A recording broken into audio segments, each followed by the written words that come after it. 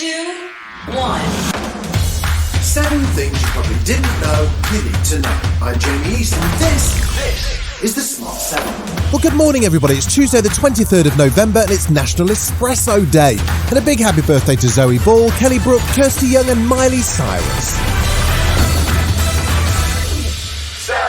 The government narrowly won the vote on the reform to social care on Monday night, but there's growing discontent from both sides of the House over how it's been handled after it was revealed that poorer pensioners may have to pay more for care. Shadow Health Secretary Jonathan Ashworth was not happy at the proposed changes, which will see personal care costs in England capped at £86,000, but will no longer include council support payments in the calculations. If you get dementia, sadly, and you live in £1 million house in, say, Surrey, 90% of your assets are protected. Whereas if you develop dementia, you need care, and you live in a terrace house, which is worth about £80,000, you lose nearly everything. I mean, it's not levelling up, it's daylight robbery, in my view. Boris's plan's also been criticised by Labour leader Keir Starmer, who claims the PM has breached yet another promise. Many families won't have £86,000 to hand, and they'll have to sell their homes to do it. So I'm afraid another day, another broken promise from this Prime Minister. Boris, however, has defended the plan, describing it as massively more generous. This is massively more generous than any previous regime. If you've got £100,000 or less, we'll help you, and that doesn't include your housing asset, your home. That this is something that will benefit people across the country.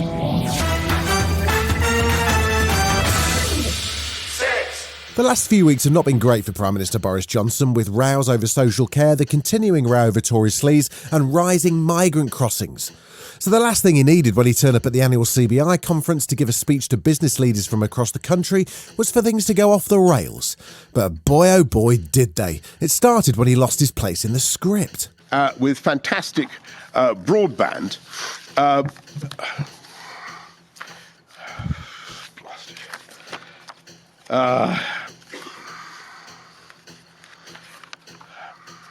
Forgive me. He eventually regained his composure, though, and returned to the serious matter of business with the help of beloved children's cartoon Peppa Pig. Peppa Pig world is very much my kind of place. Who would have believed that a pig that looks like a hairdryer would now be exported to 180 countries with theme parks both in America and in China, as well as in the New Forest? There were also car noises, references to the Ten Commandments, and, well, you know things haven't gone too well when the first question political correspondents ask you afterwards is basically, "You okay, hun?" I think that I thought it went over well. Sunday night saw a tragic event in the US state of Wisconsin. 5 people were killed and more than 40 injured after an SUV charged through a Christmas parade at high speed, scattering school bands and a dance troupe of grannies. It appeared the driver was fleeing from another incident and took a turn into the middle of the parade. He was released from jail just 2 days earlier and was already facing other charges.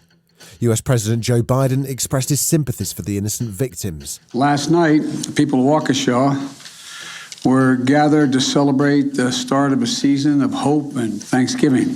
Jill and I and the entire Biden family, and I'm sure all of us, pray that that same spirit's going to embrace and lift up all the victims of this tragedy and wrapping the families of those who died in the support of their community.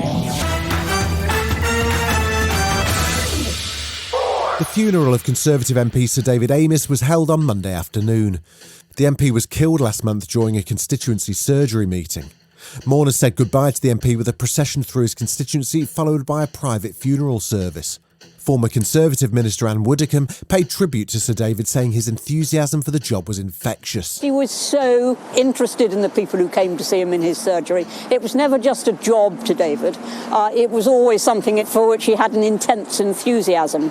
And that was infectious, and people knew that he was genuine. He'd been a long-time MP for Southend, and his constituents also remembered him as an incredibly dedicated and passionate person. It wasn't just words with him. If he made things happen, if whatever he could do in his power, he did it with love, he did it with compassion and passion. He was just an incredible man who will be incredibly missed. Still to come on the Smart 7, Man United have a new caretaker and BTS win big at the American Music Awards. Right after this. You're listening to the Smart 7. If you're enjoying it, you might also like the Smart 7 Ireland edition. Just search and follow us on your favourite podcast platform.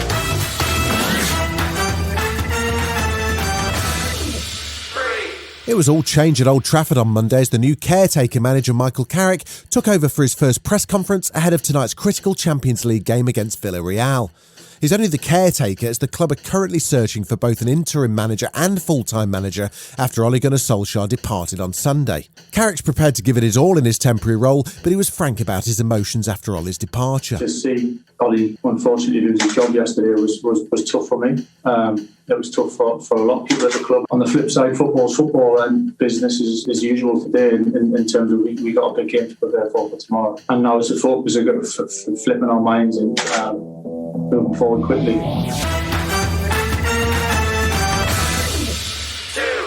We're heading back into awards season again, with the Brit Awards announcing that they're scrapping gendered categories for the next round, hoping to provide a more level playing field for artists across the board.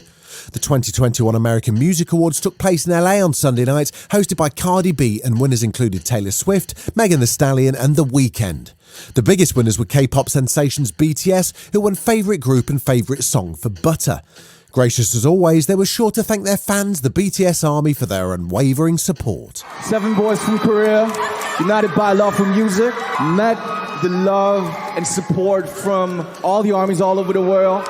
We'd never take this for granted. Thank you so much. Back in 1998, Guy Ritchie did an unknown actor a favour which launched his career. That unknown actor was Jason Statham, and now the pair are returning to our screens with their first movie together in 15 years. Wrath of Man is a heist thriller which follows a mysterious cash truck security guard played by Statham. The action-packed movie is coming to Amazon Prime Video in December. It's a 10 grand drop. You should have been back 5 minutes ago. They're serious! Leave this to me. It doesn't feel right. It's like he wants trucks to get hit.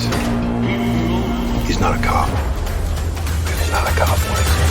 This has been The Smart 7. Wherever you're listening, do us a favour and hit the follow button. We'll be back tomorrow at 7 a.m. Have a great day. Written, produced and published by Daft Doris.